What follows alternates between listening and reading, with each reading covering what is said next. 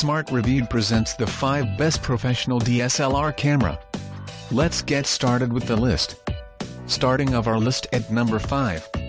One of the big things that makes the D750 stand out is that it is the only Nikon or Canon full-frame DSLR to feature Wi-Fi connectivity built into the body itself. For professional photographers working on the field, that can be very useful.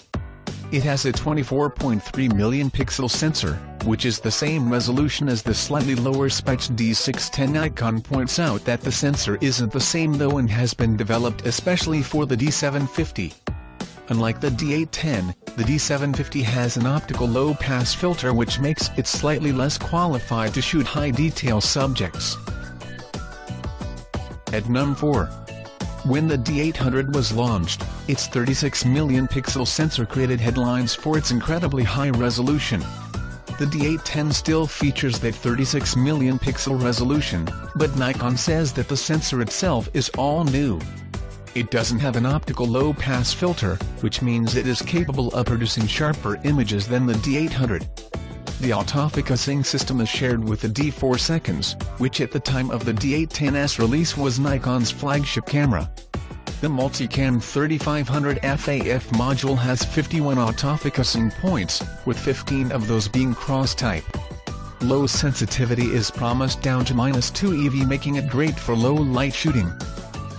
For more information, check out the description underneath the video. Halfway of our list at number 3. Designed specifically with studio photographers in mind, the 5DS has a whopping 50.6 megapixel sensor. That means that even when you're using it in crop modes of 1.3x or 1.6x, you still have 30.5 or 19.6 megapixel files to work with. For the average all-round photographer, all those extra pixels are unnecessary, but for studio, wedding, macro, portrait, and perhaps even landscape photographers they're a dream. You can create huge prints at AO and larger, so advertising and commercial photographers may also be drawn towards it. At number 2. Nikon's contender is also a very strong performer, with some staggering headline features.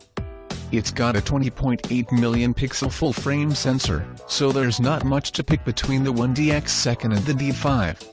Again, Nikon has another camera in its range which offers a much higher resolution than the D810, but the 20.8 megapixels here are designed for all-round versatility, especially considering the big emphasis Nikon is placing on low-light shooting for this camera. And coming in at number 1 of our list.